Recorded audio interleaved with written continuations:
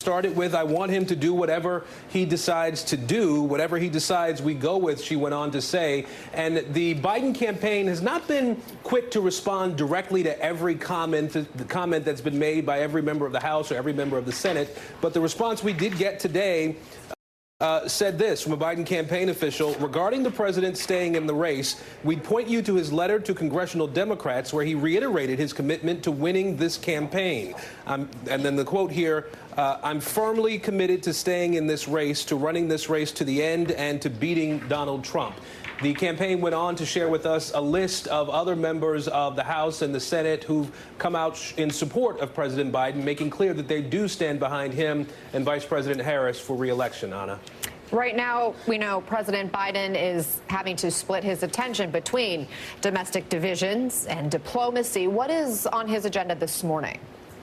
Well, a busy day, as you noted. He is in this hour expected to travel to the headquarters of the AFL-CIO to meet with national union leaders. We're told there are about 60 union leaders that he'll be meeting with there, having a conversation about the stakes, according to the Biden campaign, in this election. We also expect that he will make some remarks during his time there. We expect maybe 45 minutes to an hour. And he will also answer questions from union leaders, as he's been doing. He did that last night with mayors, Democratic mayors from around the country. He spoke to governors last week, to different groups of congressional members as well. We understand that this is really part of his effort to try to rally the traditional coalition members, if you will, unions being something that President Biden has always shown strong support for, and unions have supported him in many ways as well. And this is the campaign's effort to say that the president is going to continue to get out there, to talk to the members of his coalition, to talk to voters, to make the case for why he is the person to beat Donald Trump in November, and to make the case that he is going to beat Donald Trump in November, despite some of the other conversations and concerns that have been going on, Anna. Aaron Gilchrist, thank you for that reporting. And now I want to bring in someone who just spoke with the president in the last 24 hours, Mayor Quinton Lucas of Kansas City, Missouri. He was one of nearly 200 Democratic mayors on that video call with President Biden last night. Mayor, it's good to see you this morning. And first of all, congratulations on, I know you have a new little one at home. I'm sure you didn't get much sleep, but we appreciate you waking up early to join us. What was the president's message on that call yesterday, and how did he come across to you? Well, I was one of three mayors who got the chance to pose a question to him. We talked about my child. He talked about largely how he connects with the American people. I think forgotten in all of the discussion over recent weeks is that President Biden is someone who does have that connection still in black communities in America, with labor unions, and in working class America. What I talked about was some of the time with him that he has spent in Michigan that I've been able to in places like Kalamazoo, Grand Rapids, and beyond. And the fact that people are still talking about real issues each and every day. And so I think what he shared was that he is firmly in the race. He shared that he does look to everyone for even more support from mayors and others who are on the ground in America's communities. And frankly, for a conversation that took place between 8 and 8:30 p.m., he was vigorous, he was engaged, he was witty, he was funny, he was everything you'd expect. You mentioned you were one of three mayors who got to ask a question, and you asked how you can help with his campaign. What did he say? How should mayors, state Democrats, local Democrats, not only reassure voters, but win over voters for Biden? You know, I think that much of it was, how do you focus on the real issues that people talk about? And once you get past kind of some of the palace intrigue, and I respect anyone with questions about the next president of the United States, it's an important issue. But people are talking about grocery prices. He referenced that with us. People continue to talk about public safety in their communities. It's those kind of meat and potatoes issues that I think he really asked us to focus on. So it wasn't necessarily us writing op-eds in the New York Times or in any publication. It was us continuing to say what we already say and to do in many ways what mayors uniquely do each and every day, which is answer real kitchen table issues, which I think President Biden is both trying to do in this campaign and has largely done as president. This is somebody who's talking about Social Security. He's talking about health insurance prices and beyond, instead of actually just talking about, I think, politics in Washington. You described the president as showing vigor. Do you share any of the concerns about the president that we've heard from some Democrats in Washington, including Senator Bennett and several members of the House? I don't. I recognize there are differences in all of us, but I am a man who is still barely in his 30s. I have a 3-year-old child and a 3-week-old child. And I think President Biden is the best candidate for the future of this country. I had the opportunity, I guess I'll call it, for a few minutes to watch a President Trump rally in part last night, where he seemed to speak in complete gibberish. I mean, what we're forgetting is actually not just the long-term governing record, but the fact that President Biden is typically providing substance to each and every issue that is raised. He gave us lots of substance last night, as opposed to just kind of shouting about, I think President Trump was mentioning a beautiful woman and saying he can't call her beautiful. I mean, just these sorts of things where if you actually look at a real comparison, President Biden is clearly someone who is not only more competent than President Trump, but is more accomplished in the presidency itself. Well, Mayor Quinton Lucas, thank you so much for offering your perspective and your insights into your conversation with the president. We appreciate you joining us. For more on all of this now, I'm joined by Republican strategist Susan Del Percio and Democratic strategist Tara Dowdell. So, Tara, let me play for you a little bit more of what we heard from Speaker Emerita Nancy Pelosi this morning on Morning Joe about where she stands on whether President Biden should continue in this race. Watch. Okay, so we're still working on that sound, but let me just read it for you. Oh, here we go. Does he have your support to be the head of the Democratic ticket? As long as the president has it's up to the president to decide if he is going to run.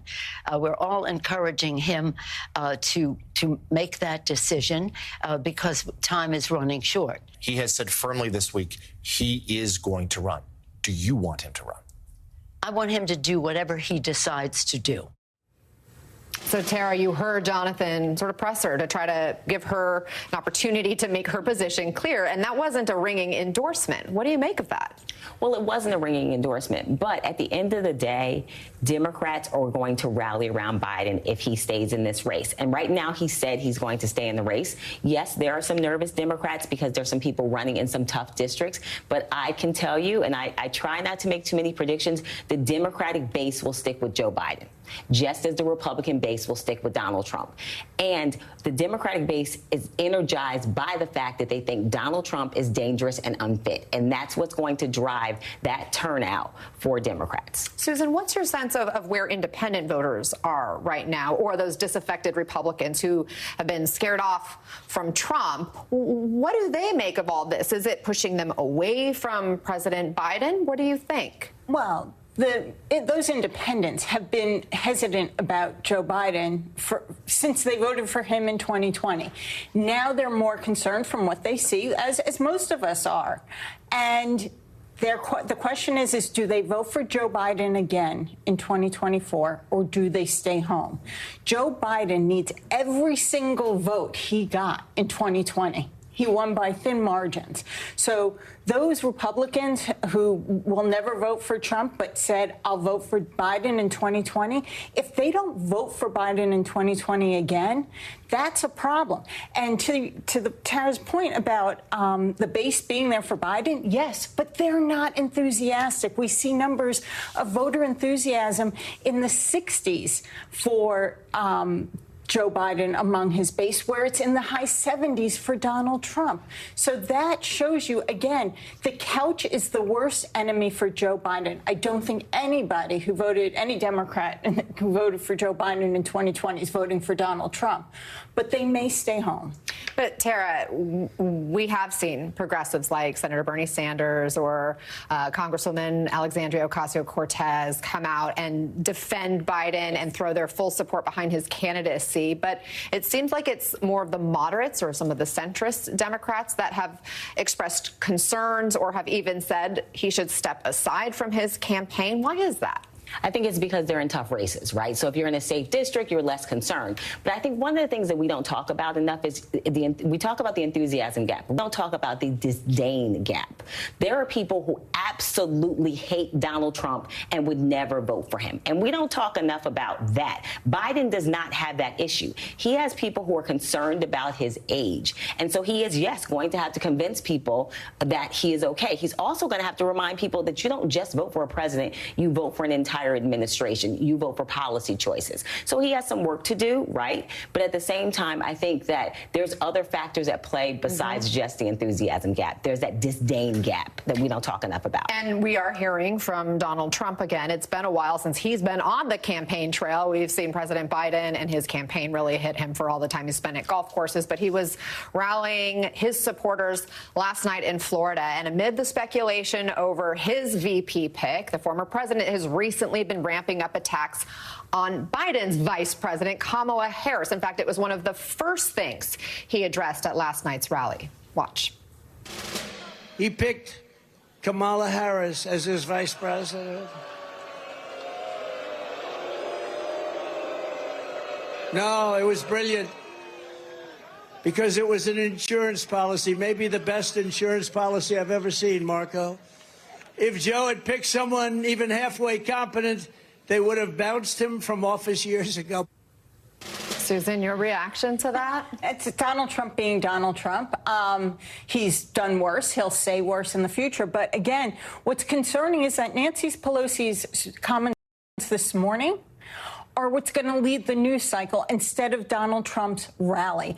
And that's the problem right now. As someone who is voting for Joe Biden in 2024, I am concerned about what happens down ballot. As Tara mentioned, those people who spoke out softly against the president, they are worried about their own races. But Nancy Pelosi, there's no one smarter or more dedicated to protecting a Democratic majority in the House of Representatives. And my guess is she's still playing this game because she knows that the only way, if Trump does win, the only stopgap against him is a Democratic House. Real quickly, if you will, Tara, how much sway do you think Nancy Pelosi has? And given that she hasn't been more definitive, what's the impact of that? I think Nancy Pelosi clearly has a lot of leverage within the party, a lot of respect and influence. But at the same time, the overwhelming majority of elected officials support Joe Biden and have come out publicly to do so, right, and have been very vociferous in that support. And the really ardent part of the base, another piece that gets ignored, is there's a very ardent part of the base that is absolutely out there, and they're calling and they're rallying, they're on Twitter and they're posting. Like, if I said something bad about Biden right now, I'd have a million messages, I'm right? Sure I do. So the notion that there's no enthusiasm is not true. And really quickly on Kamala, Trump is clearly concerned about her. He wouldn't be mentioning her and attacking her if he didn't have concerns about her. Tara, Susan, ladies, thank you so much for the conversation. Up next, President Biden's International Highwire Act, his push to smooth out fears among world leaders about NATO's future, while also trying to tamp down those concerns in his party about his ability to win in 2024. I'll talk to Congressman Adam Smith, one of the defectors. Plus, opening statements starting this hour in Alec Baldwin's involuntary manslaughter trial. And later, why are two astronauts still in space weeks after they were supposed to be back on Earth? The mission update we're getting today. We're back in 90 seconds.